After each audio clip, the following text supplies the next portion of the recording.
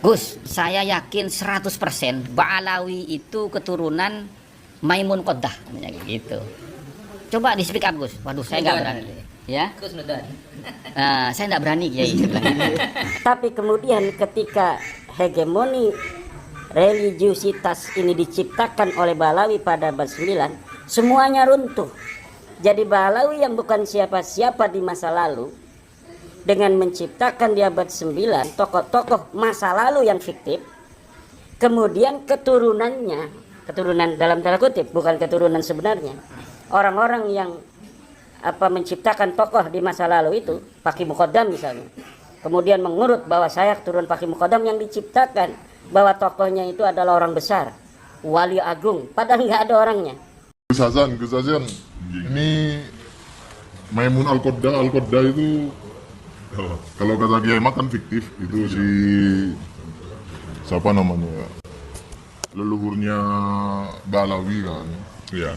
Nah kemudian ada pandangan lain dari trio Batu Ampar bahwa ini leluhurnya Ba'alawi ini Maimun Al-Qaddah itu. Iya.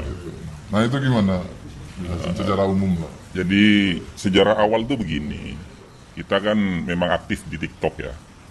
Jadi tiap malam itu jam 9 sampai jam 12, kadang juga sampai subuh gitu kan sama teman-teman itu.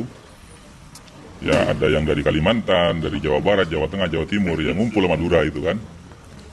Nah di situ kita sedang membedah buku yang saya tulis dengan judul 13 poin memahami polemik nasab. Buku pertama ya? Ya, ketika kita sedang membedah itu dengan teman-teman, tiba-tiba ada informasi bahwasanya pihak Ba'alawi itu telah membuat buku untuk membantah buku-bukunya Kiai Imad, yaitu Keabsahan Nasab Ba'alawi gitu kan.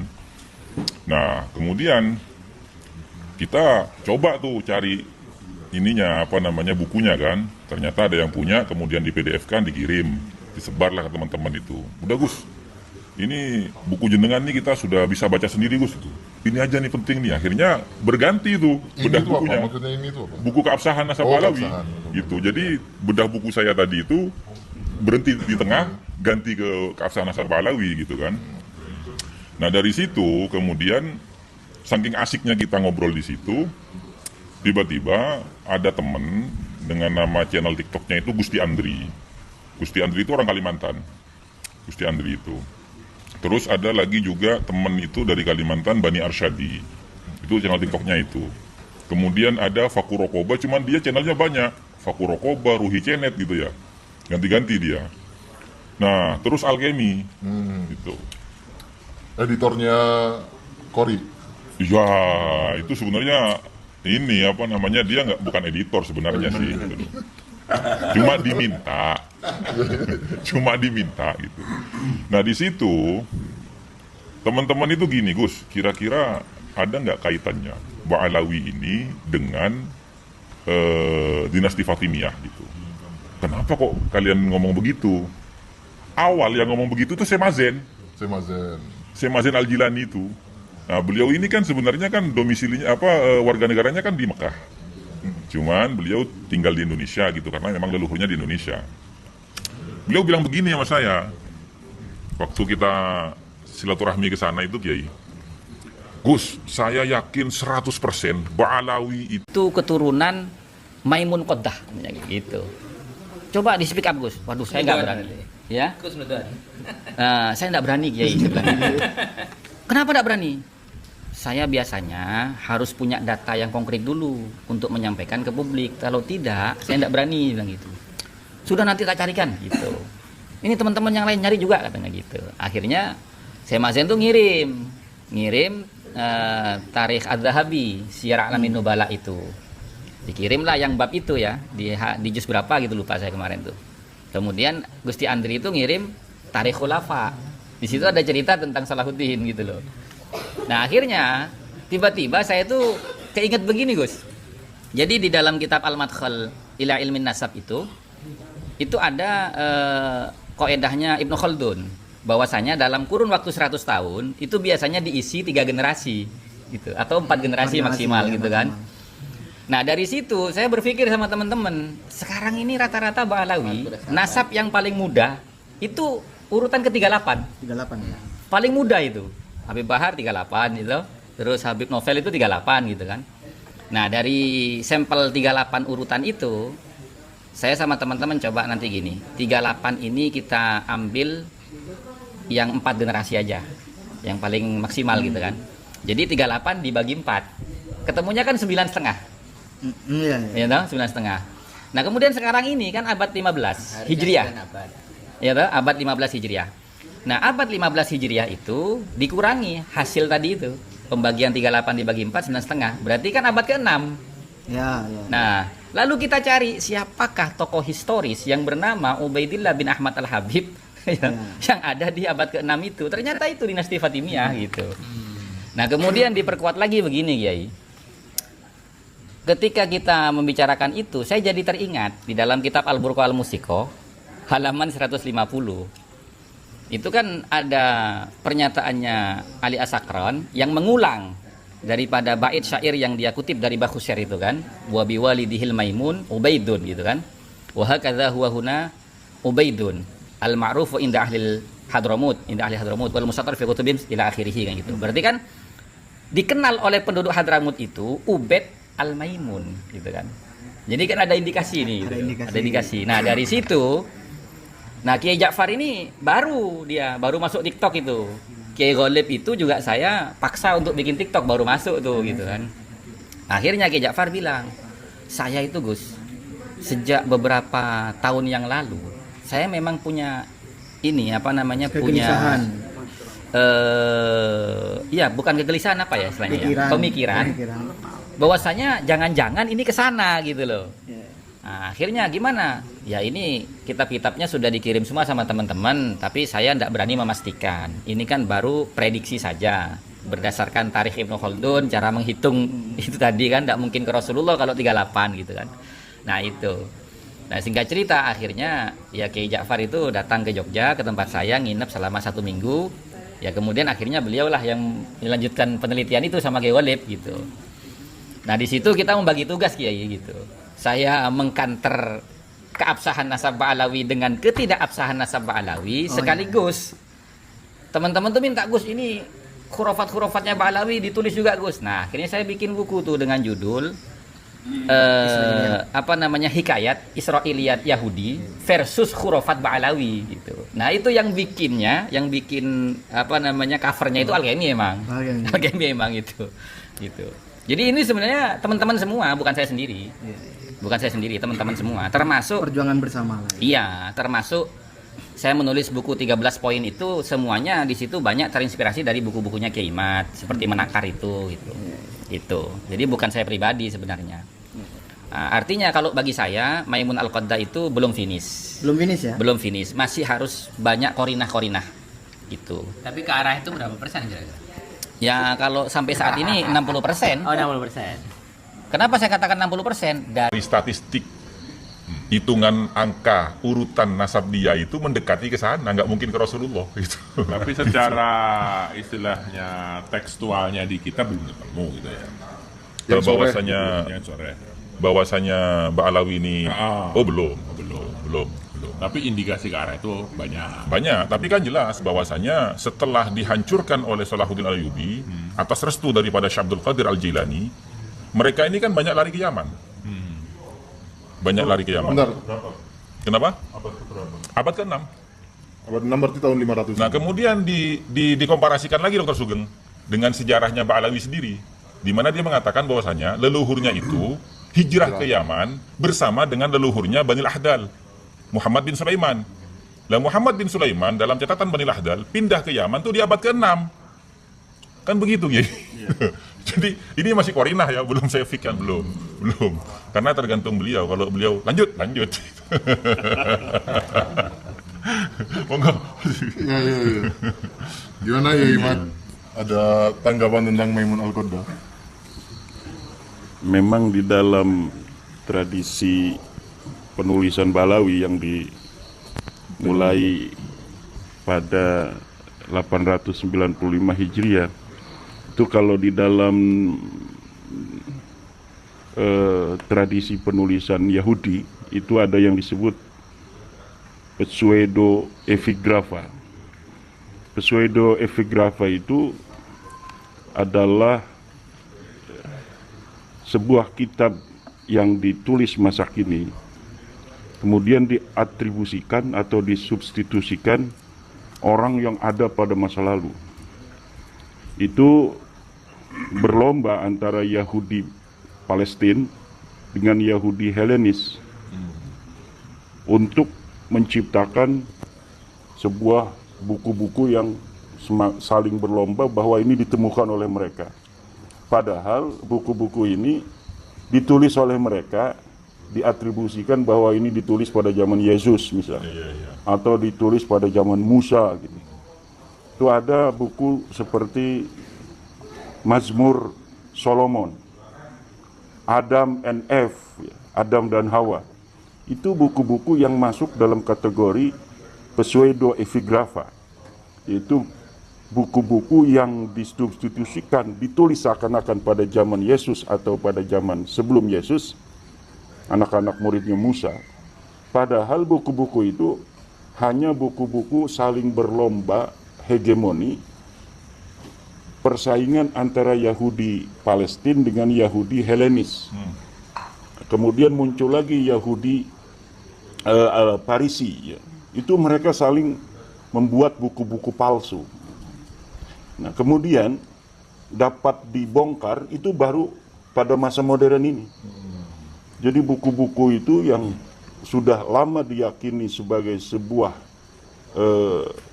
kitab suci atau bagian dari kitab suci, tetapi sebenarnya hanya merupakan tahrif, hanya merupakan tazyif, sebuah pemalsuan yang dilakukan oleh orang-orang masa kini untuk memperkuat posisi kesejarahan mereka yang masing-masing bersaing di hari ini. Dan ini ternyata diambil secara adopsi oleh Ba'alawi itu di abad 9 untuk merampas hegemoni keagamaan, religiusitas Islam di masa kini. Mereka membuat sejarah-sejarah untuk menjadikan posisi keturunannya dari orang yang diciptakan di masa lalu itu agar melebihi orang-orang yang ada di masanya. Di Tarim itu, sebelum Balawi muncul itu muncul ulama-ulama besar dari suku-suku yang ada di Hadramaut. Sebelum ada Balawi, muncul ulama-ulama besar Sebelum abad 5. sebelum abad kedatangan mereka itu. Pengakuannya itu abad 9, kedatangannya itu menurut saya itu sekitar abad ke-7 atau ke-8 Hijriah. Hanya dari situ saja.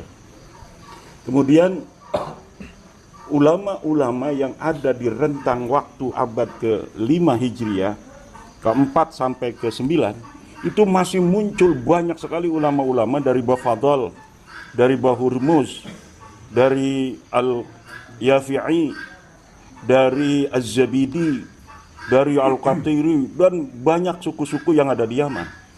Tapi kemudian ketika hegemoni religiusitas ini diciptakan oleh Balawi pada abad 9, semuanya runtuh. Ilmu pengetahuan yang dulunya bukan hanya berbasis pengetahuan sofistik, tetapi merambah kepada ilmu nahwu, fikih, usul fikih, falsafi, ilmu kalam, kedokteran. Itu kemudian di abad 9 orang-orang Yaman itu jadi orang-orang bodoh. Mulai abad 9 hanya bicara tentang tasawuf. Dan tasawufnya pun kemudian mengkerucut semakin jauh dari abad 9 hanya kepada menjadi anak buah Balawi.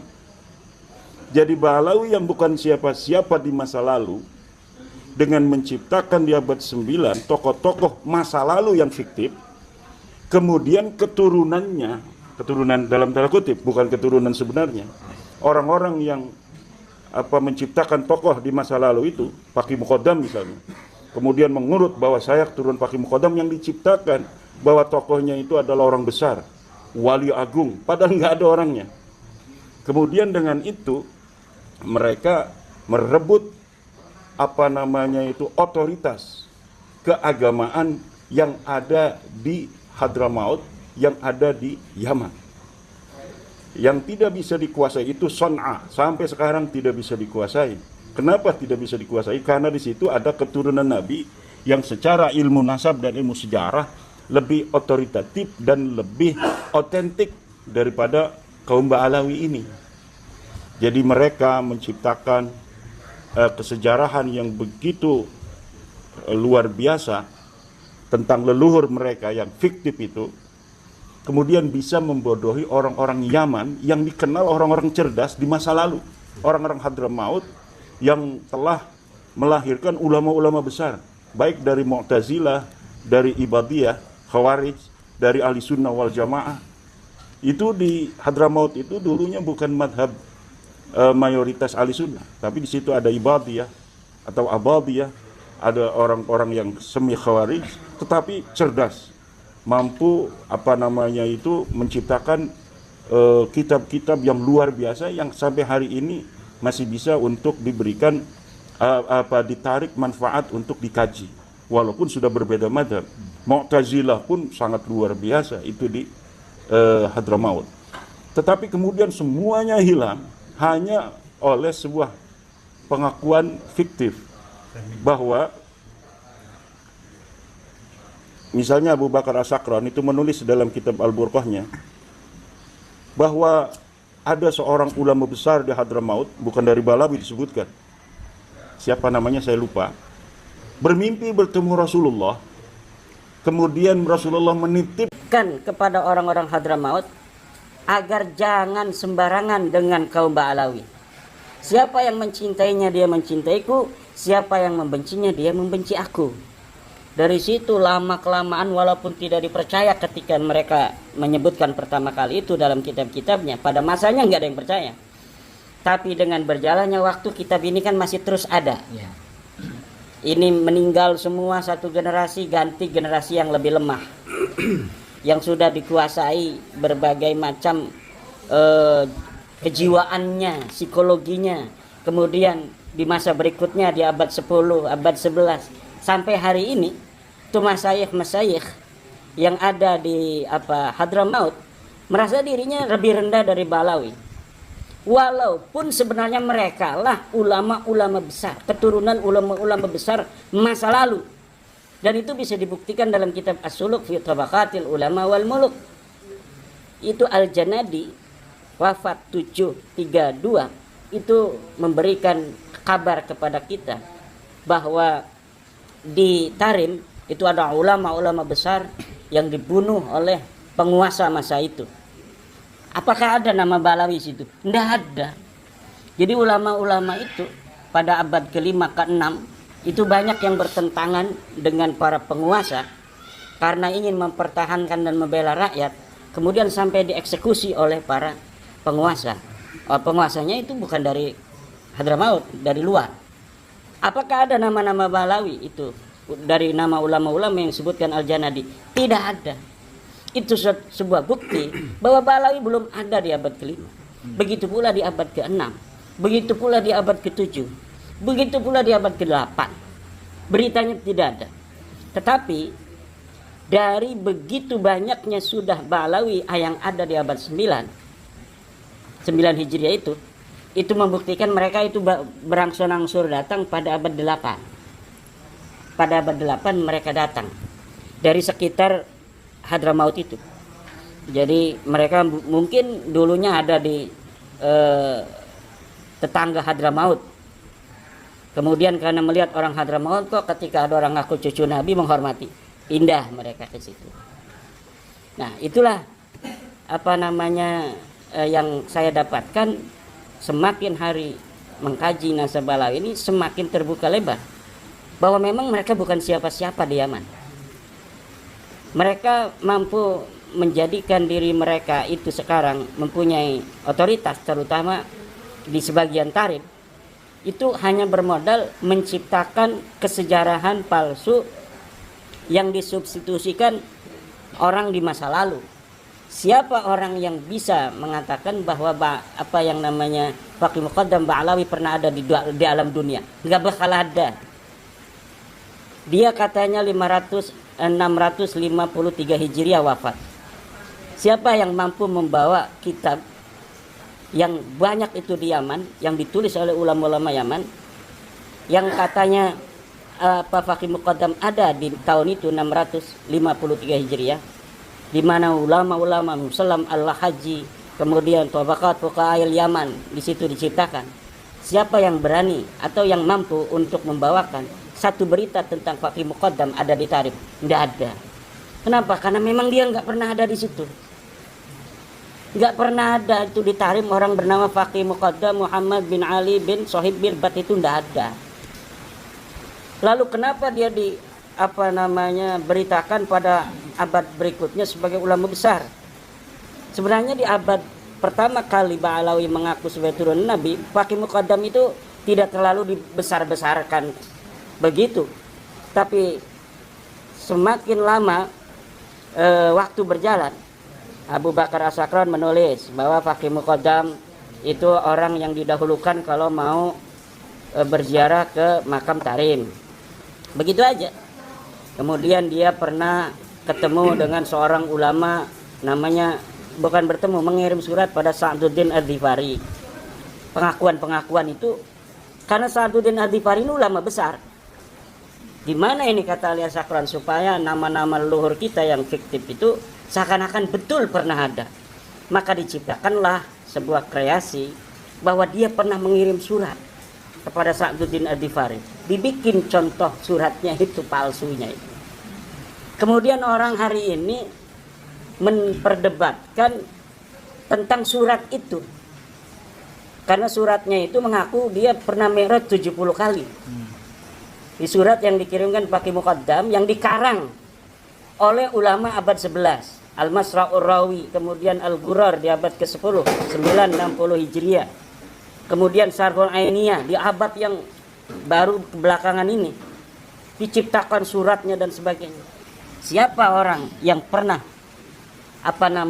bisa membawakan bahwa Sa'duddin Ad-Dhifari pernah mempunyai murid namanya Fakih Muqaddam? Tidak ada. Siapa dari seberang sana? Seberang sana kan ada Sa'duddin Ad-Dhifari dengan kesejarahannya yang sudah begitu matang, yang pernah mengkonfirmasi Sa'duddin Ad-Dhifari pernah menerima surat dari Fakih Muqaddam. Tidak ada. Karena Fakih Muqaddam tidak pernah ada dan dia tidak pernah ngirim surat kepada Sa'duddin Ad-Dhifari. Jadi perdebatan sekarang ini terjebak ke dalam perdebatan yang sebenarnya tidak ada. La yutalabu linnafi ad-dalil. Tidak bisa dituntut orang yang menafikan itu dalilnya. Tapi klaim dari orang yang mengaku itu ada, yang harus membuktikan mana dalilnya.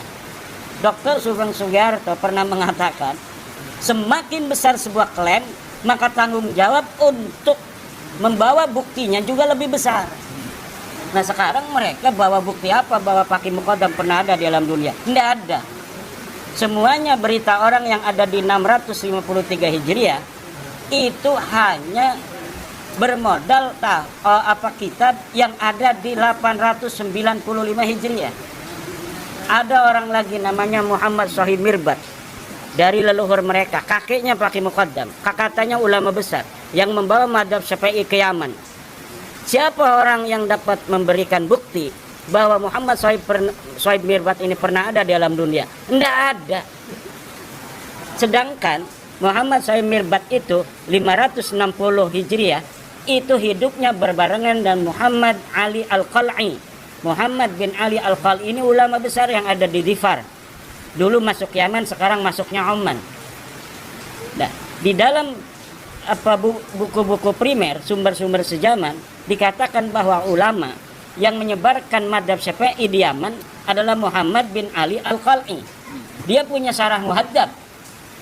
Dia punya kitab-kitab fikih. Ibnu Hajar mengutip namanya Muhammad bin Ali Al-Qal'i, membuktikan bahwa sosok ini memang pernah ada. Lalu seorang Ba'alawi yang ada di abad 9 mencatat bahwa Muhammad bin Ali Al-Qal'i berguru kepada Muhammad Sohib Mirbat. Hebat enggak nih? Lah Muhammad bin Ali Al-Qal'i-nya ditulis muridnya siapa saja. Dalam kitab As-Suluk ada murid-muridnya Muhammad bin Ali Al-Qal'i siapa saja. Tapi tidak disebutkan dia punya murid bernama Muhammad bin Ali Faqih Muqaddam. Gak ada itu muridnya namanya Faqih Muqaddam. Lalu lagi pengakuan bahwa Faqih Muqaddam pernah berguru hadis kepada Ali Abil Hasan bin Jadid yang mengarang kitab Al-Arba'in. Kitab Al-Arba'in atau siapa namanya ini, Ali Abul Hasan bin Jadid, tokoh yang historis. Dia dicatat dalam As-Suluk 732 Hijriah. Tetapi ketika diurutkan oleh Al-Janadi nama murid-muridnya siapa, tidak ada namanya seorang yang bernama Faqih Muqaddam disebut sebagai murid daripada Ali Abil Hasan bin Jadid. Semuanya itu adalah disebut pseudo epigrafa dalam tradisi Yahudi. Yalwuna alsinatahum bil kitab litahsabuhu minal kitab wa ma huwa minal kitab. Mereka berbicara tentang Alkitab agar kalian menyangka bahwa itu yang dibicarakan bagian dari Alkitab, padahal dia bukan dari bagian Alkitab itu. Dan itu sama seperti Balawi. Balawi mengajak kita berdiskursus tentang Faqih Muqaddam agar orang-orang terjebak bahwa Faqih Muqaddam pernah ada dalam dunia, padahal dia tidak pernah ada di dalam dunia. Dia tidak pernah dilahirkan oleh seorang perempuan dan dia tidak pernah punya ayah seorang manusia. Tidak ada. Siapa yang dapat membuktikan? Silakan bawa dalilnya. Hatu burhanakum in kuntum shadiqin. Ini harus zaman Tidak mesti sejaman, yang penting paling dekat juga boleh lah. Yang paling dekat itu apa? Yang paling dekat itu kitab-kitab banyak di sana. Kalau di sana itu Dr. Sugeng tidak ada kitab-kitab yang dikarang, walaupun tidak sejaman, tapi minimal paling dekat. Ya paling dekat tuh nggak mesti dekat loh Kiai. Ya. Kalau paling dekatnya 500 tahun gimana? Ya artinya ketika ditemukan kitab yang ada 100 tahun, berarti yang paling dekat 100 tahun. Itu dalam tradisi para sejarawan dikenal dengan ex silentio. Argumentum ex silentio itu dalam kita membuktikan sebuah sejarah adalah kalau ada sejaman, kita harus mengambil yang sejaman. Kalau tidak ada yang sejaman, 100 tahun kemudian, maka yang 100 tahun kemudian ini yang harus dijadikan sebuah patokan dalam penulisan sejarah. Tapi ketika ditemukan kitab yang lebih dekat, misalnya setelah kitab yang 100 tahun ini mengatakan Faqih Muqaddam itu anaknya Ali, tapi kemudian ditemukan lagi kitab yang lebih dekat, 50 tahun, maka kitab yang 100 tahun ini dianggap tidak lagi berlaku. Kenapa? Karena dia sudah jadi sekunder. Ini yang jadi primer, walaupun primer majazi. Karena primer hakiki itu hanya ada dalam kitab yang ditulis oleh saya. Misalnya Imaduddin Usman pernah hidup di tahun 2024. Dia pernah menulis kitab. 500 tahun lagi kitabnya disembunyikan oleh Yai Mas Fuad di atas genteng, ditemukan oleh orang masa lalu, masa depan itu. Wah, ini adalah sumber primer, sumber sejaman untuk Imaduddin Usman. Tetapi misalnya karena suatu hal tidak ditemukan kitab tulisan saya, 100 tahun lagi ada orang yang mencatat saya, Imaduddin Usman, Gus Fuad, Gus Rifki, Dr. Sugeng, Gus Hasan, Kiai Waluyo, Kiai Nadir adalah tokoh-tokoh perungkat Balawi di tahun 2024. Kitabnya, bukunya dikarang pada 2300 misal. Maka yang terdekat itulah yang dijadikan pedoman sampai ditemukan yang lebih dekat. Itu dalam tradisi sejarah itu dalam penulisan disebut argumentium ex silentio. Jadi ketika ada keheningan tidak ditemukan sebuah data, maka data yang paling dianggap paling dekat itu yang dihusnudzoni, ini masih husnudzon, sebagai sebuah sejarah. Tetapi ketika sudah datang bukti yang lebih dekat, maka apabila ini berurut, tidak bertentangan, kedua-duanya saling menguatkan. Tapi apabila bertentangan, fal aqrabu huwal qaul, maka yang lebih dekat itulah yang dijadikan pegangan. husnudon, don itu tidak bisa dijadikan pegangan setelah bukti itu ada. Kalau misalnya kita ada di sebuah masjid, situ ada sepatunya Dr. Sugeng, itu kita bisa mengatakan Dr. Sugeng itu ada di dalam masjid itu dengan zon adanya sepatunya Dr. Sugeng. Tetapi ketika kita melihat di masjid itu Dr. Sugeng Noel kita, oh Dr. Sugeng ada di sini, kirain di masjid. Maka alamat dalil adanya Dr. Sugeng dengan adanya sepatu itu batal. Kenapa? Karena ini sudah qat'i, sudah tidak bisa mengelak lagi. Kalau itu masih dhanni. Idza ta'aradal qat'iyyu wa dhanniyu fal qat'iyyu muqaddam. Apabila bertentangan antara yang qat'i dan dhanni, maka yang qat'i ini didahulukan. Dialah yang menjadi sandaran di dalam kita menetapkan sesuatu.